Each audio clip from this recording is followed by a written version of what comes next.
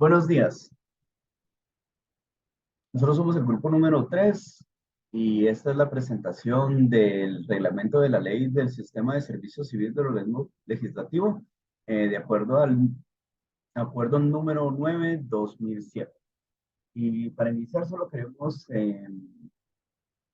hacer énfasis en que el artículo 1, ¿verdad? Dice que este reglamento tiene como objeto desarrollar y establecer las diferentes instituciones jurídicas establecidas en la ley del servicio del organismo legislativo.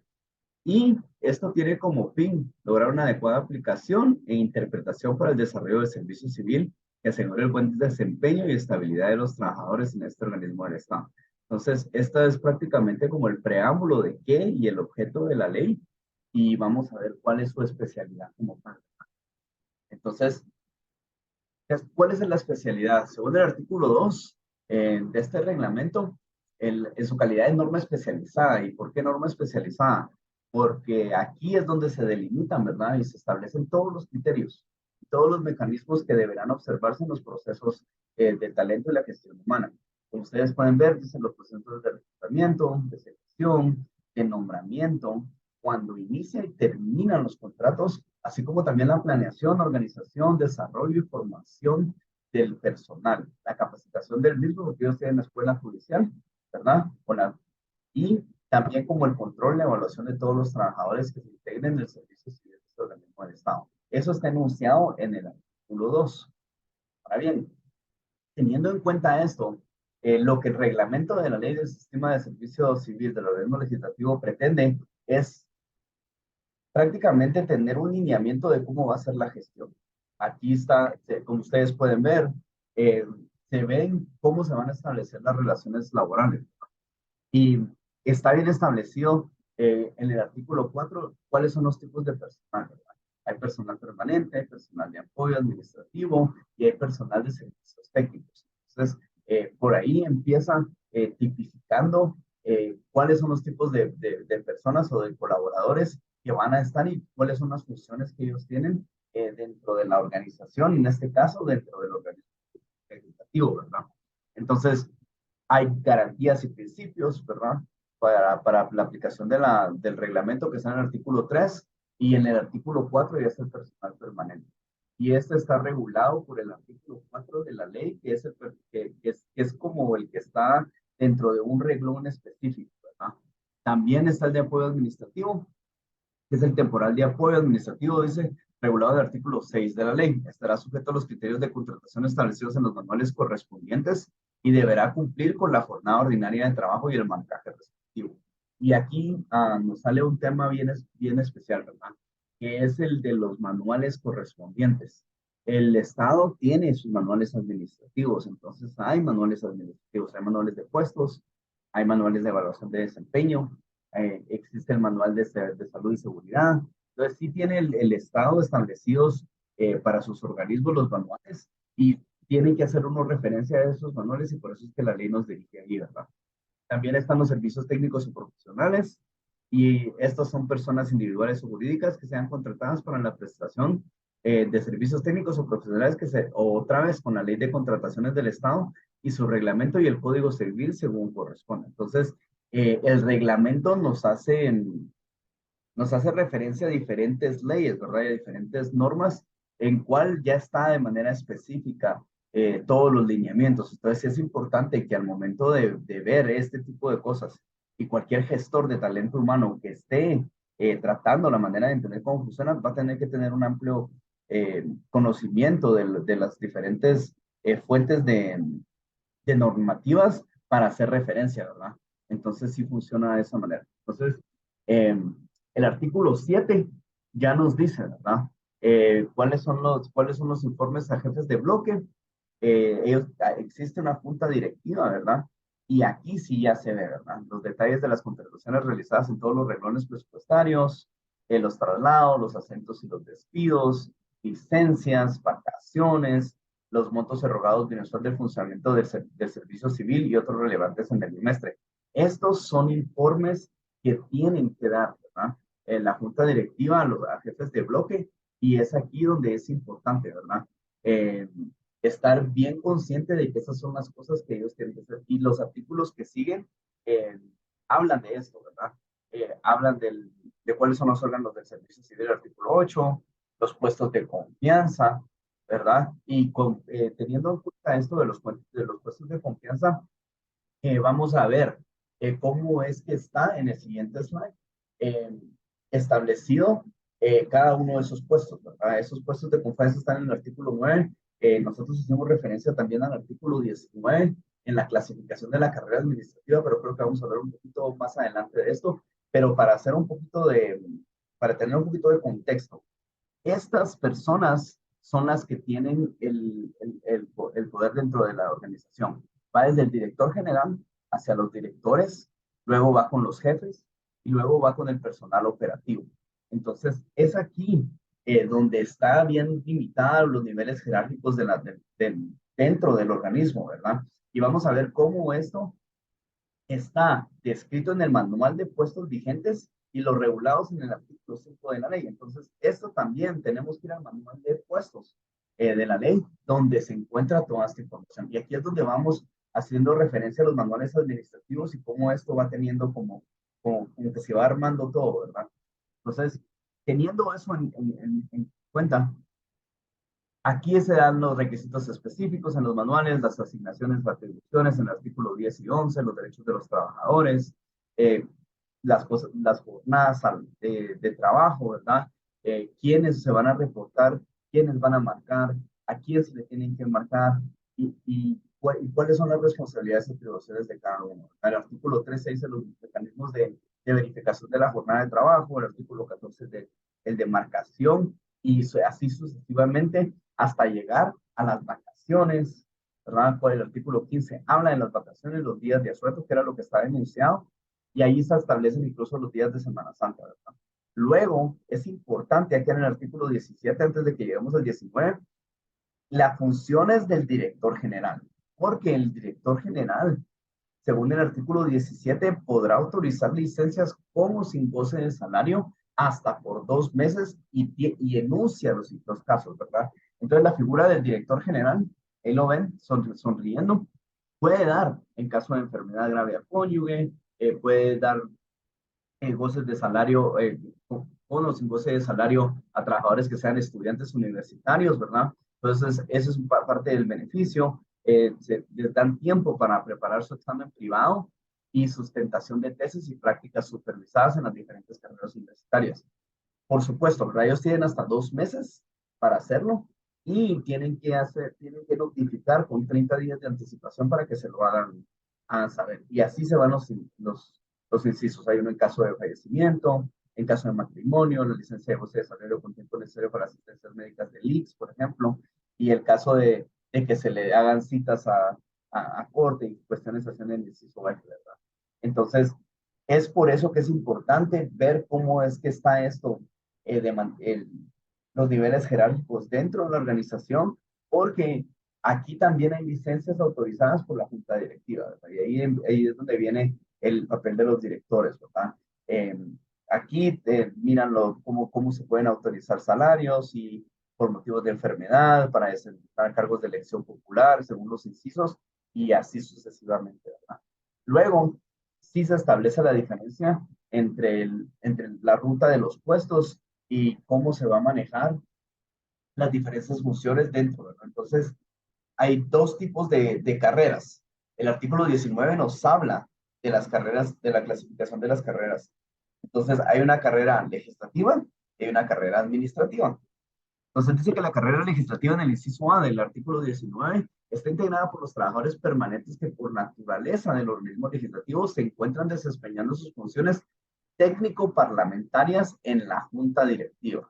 Entonces aquí ya vamos hablando de niveles jerárquicos, ¿verdad? La junta directiva, los bloques legislativos, las comisiones de trabajo y las direcciones legislativas y estudios de investigación legislativa, misma que tiene relación en forma directa con las funciones constitucionales asignadas a este organismo. Ahora, la gente que está en la carrera administrativa, según el inciso B, esta está integrada por los trabajadores permanentes que realizan funciones de soporte administrativo, financiero y operativas. Y es por eso que el slide tiene como efecto, ¿verdad? Establecer cómo están los puestos clasificados dentro de la organización y cómo estos también tienen un rol y un papel, ¿verdad? Entonces es importante saber de que ellos se pueden mover, porque en el proceso de acceso y traslado se pueden mover de carrera administrativa a carrera legislativa y hay un proceso enunciado en la ley en los siguientes artículos que les permite hacer eso. Entonces, es así como funciona. Dicen, los trabajadores permanentes podrán solicitar traslado, ascenso o promoción entre ambas carreras siempre y cuando estos llenen el perfil del puesto al que se aspire, dice la ley. Entonces, sí se puede ser un jefe eh, administrativo y empezar una carrera legislativa, por ejemplo, ¿verdad? Sí se da la pauta y está bien delimitado ahí. Entonces, vamos a continuar y vamos a ver cuál es el proceso de reclutamiento y selección. ¿Cómo es que yo llego a ser un jefe o puedo empezar de operario y después cómo voy ascendiendo? Ya sea que yo quiera iniciar una carrera administrativa o ya sea que yo quiera iniciar una carrera legislativa, ¿verdad?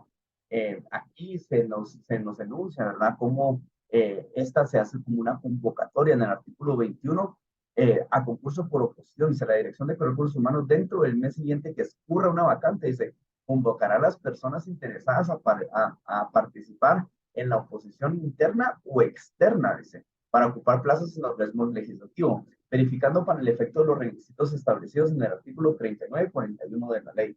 Y los siguientes, ¿verdad? Siempre nos hacen referencia a una ley.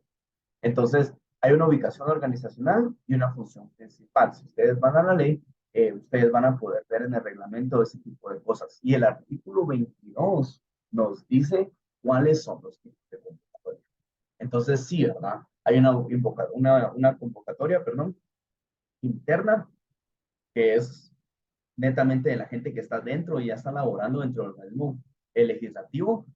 Y esta otra externa, ¿verdad? Donde se pueden convocar para los tres tipos de puestos. ¿Recuerdan? Habían puestos, ¿verdad? Que eran permanentes, que eran los técnicos, y ahí están los puestos que son operarios, los técnicos operarios, etcétera, ¿verdad? Entonces, por ahí va la gestión. Entonces, sí podemos ver que hay tres tipos de reclutamiento y las convocatorias se realizan de esta manera, ¿verdad? Luego, el artículo 23, 24, 25 y 26 nos enuncia, ¿verdad? Cuáles son las pruebas o exámenes, cuál es el sistema de calificación, cuáles son los candidatos que después de ese proceso fueron elegibles y cuáles son los registros del personal. Esto lo hace la Dirección de Recursos Humanos. Ellos son los encargados, está enunciado en el artículo 26, de mantener los registros electrónicos completos de todas las acciones del personal que afectan el récord individual del trabajador. Están en expedientes separados, siguiendo el procedimiento para cada acción que se define, para luego llegar a los nombramientos. Entonces, tienen que tomar posesión, ¿verdad? Y esto es complicado. Mi hermana trabaja en el organismo legislativo y ellos tienen un nombramiento, ¿verdad? La Junta Directiva del Congreso, dice el artículo 27, dentro del mes siguiente de finalizado el proceso de selección, procederá a invitar, o sea, una vez seleccionado, este es como el proceso de contratación, por decirlo así, ¿verdad? O acá le dicen nombramiento respectivo a los trabajadores que van a poder hacer, que van a pertenecer al servicio civil del organismo. Entonces aquí ya tenemos el proceso de contratación. Luego, en el 27, se ven, ¿verdad? Si son nombramientos o son designaciones temporales y de emergencia en vacantes. Dice, siempre que la Junta Directiva llene una vacante en forma temporal durante el periodo que se realiza el concurso de oposición de conformidad a lo establecido con el artículo 36 de la ley, dice, se procede de la siguiente forma. Entonces ahí tiene ciertas directivas para la gente que está, ¿verdad? Una es la designación de carácter temporal, a la Dirección de Recursos Humanos, se tiene que ver la ley orgánica del organismo legislativo del manual de puestos y ahí se va enunciando. Entonces, este sirve como un manual de gestión, diría yo, más allá de, yo creo que eso es lo que el reglamento y la ley propone, ¿verdad? Tener como todo establecido de cómo se van a hacer las cosas en dados casos y tiene sus fundamentos legales en otros tipos de normativas. Entonces, el artículo 28 nos da la toma de posesión, el artículo 29 los requisitos del acta de la toma de posesión, porque hay un acta, ¿verdad? Dentro del acta tiene que estar el número de acta, lugar y fecha, de partes, título oficial del puesto que asume, partida presupuestaria. O sea, hay bastantes cosas que se toman en lugar. Luego viene la entrega del puesto, el periodo de prueba. Esto es importante saber porque aquí está delimitado el plazo también, ¿verdad? Del periodo de prueba. Entonces, dice que el periodo de prueba está sujeto a un periodo, dice, si es primer ingreso, 3 meses. Y si ya es un caso de ascenso, son 2 meses. Entonces, hay un periodo de prueba, ¿verdad? Y también hay una evaluación sobre el periodo de prueba, ¿verdad? Que alguien lo tiene que evaluar y por eso y por eso esto del tema de los niveles jerárquicos, ¿verdad? Quien realmente se encarga de hacer eso, existe dentro de la evaluación de desempeño. Esto, por ejemplo, la autoridad nominadora y su directorio ejecutivo, que son los directores, evalúan a los directores y la calificación de la boleta lo hace el personal directivo. Esto está en el Manual de Evaluación de Desempeño de 2021. Los directores, por ejemplo, ellos evalúan a los jefes de departamento, a los profesionales y los analistas, que es el personal administrativo. Y todos los jefes, por ende, evalúan al personal operativo y así es como funciona. Y es por eso que es bueno abocarse a los manuales. Esto está dentro del manual de desempeño, de evaluación de desempeño que tiene el Estado, ¿verdad? Entonces hay un manual para eso y eso nos da a la siguiente, ¿verdad? Al siguiente paso. ¿Cómo se gestiona el desempeño? Entonces, la ley es bien clara en cómo se gestiona el desempeño, ¿verdad? El artículo 34 dice que se establecerá un programa de evaluación de desempeño de todos los trabajadores permanentes que sirva de base para medir y valorar las conductas profesionales y el rendimiento de los trabajadores en el organismo, generando promociones, ascensos, estímulos, y aquí es donde se cumple la parte del especial, ¿verdad? Que decía especialidad en el artículo 2, ¿verdad?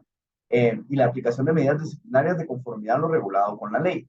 Entonces, el artículo 36 dice las clases de evaluaciones. Hay ordinarias, ¿ok? Y las ordinarias se hacen una vez al año, y las extraordinarias se hacen dentro de ese periodo del año. Entonces, ¿para qué se hacen? Porque una vez estando las evaluaciones, entonces se pueden tomar medidas disciplinarias o sanciones. Las sanciones también pueden ser por efecto de desempeño o pueden ser por las faltas graves que puedan hacer. Entonces, el artículo 37, el 38 habla sobre los resultados. También existe una auditoría externa y esa fue una de mis preguntas. Bueno, entonces, si la gente y los jefes evalúan a los alumnos, ¿quién los evalúa a ellos? ¿O quién maneja la calidad de eso, ¿verdad? Y el reglamento es tan bueno en ese sentido que tiene establecida una auditoría externa, ¿verdad? Y eso está en el artículo 36 37 está, donde dice resultados de la auditoría externa. Entonces, luego de esto se hacen informes, se hacen las revisiones de las evaluaciones. ¿Con qué efecto? Una, el artículo 42 dice la promoción, el otro dice el ascenso y el otro dice el traslado. Y hay traslados también a solicitud del trabajador que están enunciados en el artículo 45 y así se va, ¿verdad? Entonces luego viene lo de las sanciones, viene el establecimiento de jornadas en los siguientes artículos y hay algo bien interesante porque aquí sí se toma el tema de todas las condiciones laborales, ¿verdad? Ya se habló de los puestos, de las atribuciones, pero aquí ya se habla de los salarios en el artículo 40 y se habla de promociones generales en materia de salarios. Y algo que me llamó la atención era de que no se pueden hacer horas extras si alguien gana más de 20,000 quetzales, por ejemplo. Ellos están prohibidos de establecer eso. Tampoco hay marcaje para ese tipo de personas, ¿verdad? Dependiendo del puesto. Entonces, eso es importante recalcar. Y el artículo 50, que tiene todas las versiones, ¿verdad? La amonestación verbal, la escrita y la suspensión de trabajo sin goce de sueldo o salario están establecidos en, por incisos 1, 2 y 3. Luego los procedimientos, quién tiene que hacer cómo, cuándo, a qué horas. Incluso hay en el artículo 52 hay un procedimiento para la suspensión del trabajador en caso de aprehensión, detención y prisión preventiva y para reintegro al cargo del puesto del suspendido. Imagínense, mucho se habla de la corrupción, ¿verdad? Si alguien está, agarran en corrupción, ¿verdad? Y lo tienen que suspender o lo tienen que evocar del puesto, aquí está. Entonces, todo esto está delimitado dentro de la y incluso hay uno por prisión preventiva y y termina el artículo 53 con el procedimiento para la institución. Entonces, prácticamente esto es la ley y cómo se gestiona en sus tres ámbitos, ¿verdad? En su gestión de desempeño, en su reclutamiento, en cuál es el propósito del reglamento, etcétera. Entonces, eso sería todo. Espero que la presentación esté de ayuda y que el video les haya parecido muy bien. Nos despedimos con el grupo, Jorge, Alejandra, Luis y Linet, y esperemos que todo les funcione. Ha sido un placer y que tengan ustedes un feliz fin de clase y espero que pueda agregar valor a su gestión y por lo menos un poquito de enfoque holístico lo que ustedes pudieron escuchar hoy, ¿verdad?